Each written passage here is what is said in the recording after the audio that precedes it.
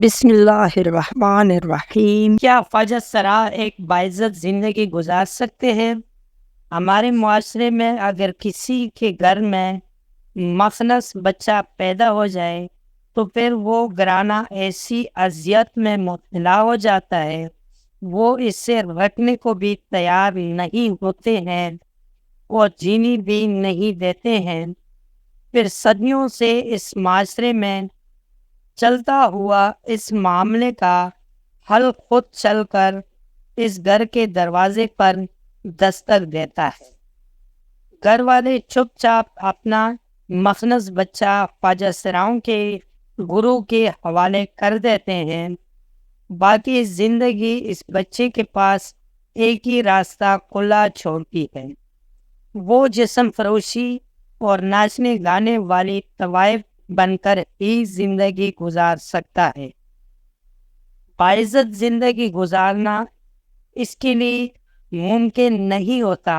اگر وہ جسم فروشی سے انکار کرے تو اس کا وہی اثر ہو سکتا ہے جو مئی 2019 میں پشاور میں علیشہ نامی خواجہ سرا کا ہوا تھا، جس کو جسم فروشی سے انکار کرنے پر ایک شخص نے گولیاں مار کر قتل کر دیا تھا۔ اس معاملے کا المناک ترین پہلو یہ تھا کہ پشاور کے اسپتال اس سے طبی امداد دینے کے بجائے اسے باہر گیلری میں ڈال کر یہی بحث کرتے رہے تھے کہ اس سے زنانہ وارڈ میں رکھا جائے یا مردانہ میں، اور اس حالت میں بھی اس کے ساتھ آنے والے خواجہ سراؤں پر رکی جملے بازی کی جاتی رہی۔ ابھی چند ہفتے پہلے ہی ایسا ایک دوسرا واقعہ ہوا ہے جس میں اسپتال ابھی تک یہی کنفیوژن دکھاتے نظر آتے ہیں، مگر اب خواجہ سراؤں کے لیے حالات کچھ تبدیل ہو رہے ہیں۔ سپریم کورٹ نے گزشتہ سالوں میں خواجہ سراؤں کو حقوق دلانے کے لیے اہم فیصلے کیے ہیں، اور ان فیصلوں کا اثر کم از کم ایک جگہ دکھائی دے رہا ہے، اور وہ جگہ ہے ایک وفاقی سرکاری ادارہ national College of arts Rawalpindi.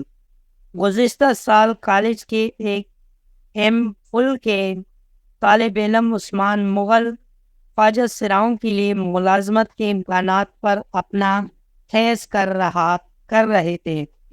College کے ڈائریکٹر ڈاکٹر ندیم عمر تاڑر اور عثمان مغل کے سپروائزر ڈاکٹر ابوبکر کے درمیان بات چیت ہوئی کہ خواجہ سراؤں کو ملازمت کے موقع ملنا چاہیے تاکہ ان کو جسم فروشی کے علاوہ روزگار کے مواقع ملیں۔ کالج میں اس وقت ایک ایڈمنسٹریٹو اسسٹنٹ کی جگہ خالی تھی۔ ایک پڑھے لکھے خواجہ سرا کی تلاش ہوئی اور یوں وینا خان کو کالج میں ملازمت دی گئی۔ ڈاکٹر تاڑر کہتے ہیں کہ ان کو یہ بڑا فیصلہ کرنے کی ہمت اس لیے ہوئی کہ سپریم کورٹ نے اس کے لیے راہ ہموار کر دی تھی۔ سن 2012 میں سپریم کورٹ نے حکم جاری کیا کہ اگر کسی ملازمت کی اہلیت BA کی ڈگری ہو تو ایک میٹرک پاس خواجہ سرا کو اس کی ملازمت کے لیے موزوں سمجھا جائے اور سلیکشن کمیٹی اس سے ملازمت کے لیے ترجیح دینے کی پابند ہوگی۔ ڈاکٹر تارن کا کہنا ہے کہ عدلیہ نے خواجہ سراؤں کو باعزت روزگار دینے کے عمل میں اپنا حصہ ڈال دیا ہے۔ اب یہ حکومت کی ذمہ داری ہے کہ ایسا لائحہ عمل تشکیل دے جس سے خواجہ سراؤں کو ملازمت دی جا سکے۔ وینا کہتی ہے کہ وہ پہلے محفلوں میں رقص کر کے اپنا پیٹ پالتی تھی، لیکن اب وہ رقص کو ترک کرنے کے بارے سوچ رہی ہے، کیونکہ اس میں اس پر جو فکرے کسے جاتے ہیں وہ ان کے لیے ناقابل برداشت ہیں۔ نیشنل کالج آف آرٹس کے ملازمت میں انہیں کئی کم آمدنی ہوتی ہے، مگر وہ اس باعزت روزگار سے بہت خوش اور مطمئن ہیں۔ جہاں انہیں بھرپور عزت اور احترام دیا جاتا ہے۔ وینا نے بتایا کہ اب ان کو کہیں دوسرے اداروں کی طرف سے ملازمت کی پیشکشیں بھی ہو رہی ہیں، مگر نیشنل کالج کا ماحول ان کو جو عزت دیتا ہے وہ اس سے خوش ہیں۔ وینا نے بتایا کہ ان کے گرو کی طرف سے ان کو مکمل آزادی دی گئی تھی کہ وہ جو روزگار چاہیں اسی اختیار کریں۔ وینا کے گرو کی بات ہو رہی ہے تو پھر NCA کے ایک دوسرے بڑے قدم کی طرف جاتے ہیں۔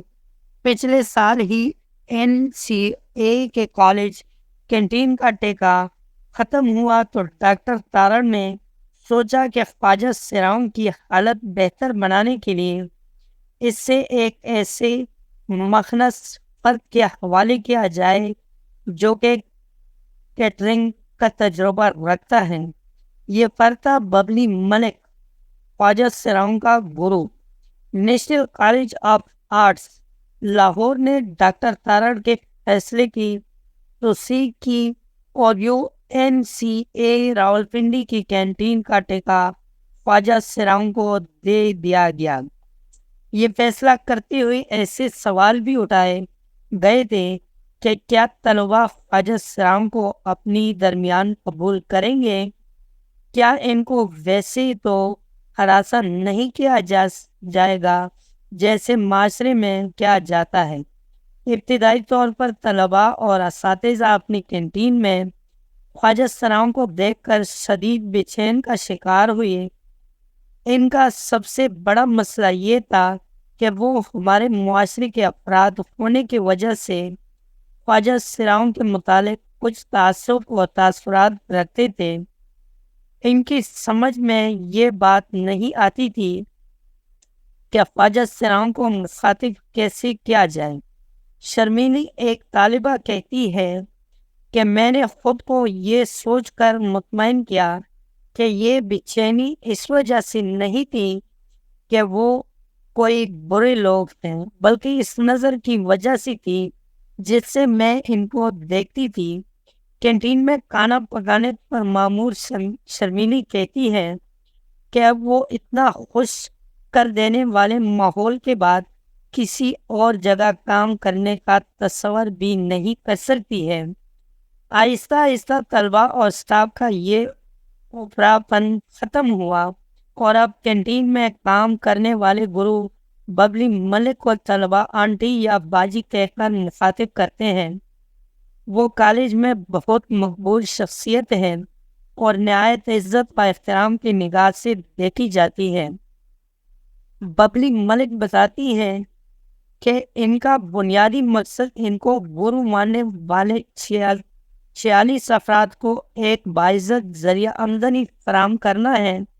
وہ اس مقصد کے لیے وجود نامی ایک رفاہی ادارہ بھی چلاتی ہیں اور خواجہ سراؤں کے حقوق کے لیے کام کرتی ہیں۔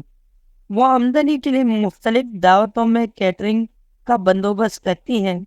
ڈاکٹر ندیم عمر تارڑ کہتے ہیں کہ خواجہ سراؤں کو چھوٹے کاروبار شروع کروانے میں مدد دینے کے بجائے ان کو تحفظ امیز ماحول میں ملازمت دی جانی چاہیے جہاں وہ آرام سے سیٹل ہو سکیں، اور سپریم کورٹ کا فیصلہ اس بارے میں ایک واضح لائحہ عمل دیتا ہے۔ کیا حکومت کا یہ فرض نہیں ہے کہ سپریم کورٹ کے حکم کے مطابق خواجہ سراؤں کو ایک باعزت روزگار دینے کے لیے آگے بڑھ کر کوشش کریں اور چائلڈ پروٹیکشن بیورو کا ایک بڑا پروجیکٹ بھی لانچ کریں جو کہ خواجہ سراؤں کے گروں کے بجائے مخلص بچوں کے گھروں پر دستک دے تاکہ بقیہ زندگی وہ اس جرم کی سزا مت کاٹیں جو کہ انہوں نے کیا ہی نہیں ہو۔